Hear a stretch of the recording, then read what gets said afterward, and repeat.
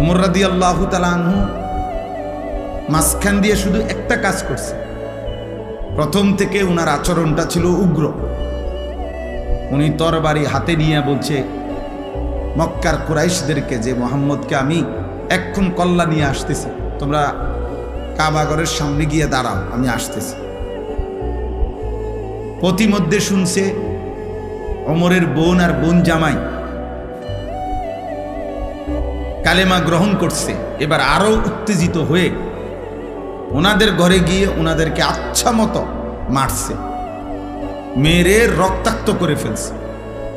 ওমরের বোন জামাই এবং বোনকে, ওমরের বোন জামাই বিখ্যাত সাহাবী ছিলেন হযরত সাঈদ ইবনে যায়েদ, যাকে মারছে। বেহেশতের সুসংবাদ প্রাপ্ত আশারায়ে মুবাশশারা যে 10 জন সাহাবী, এর মধ্যে একজন হলো এই ওমরের এই বোন জামাই।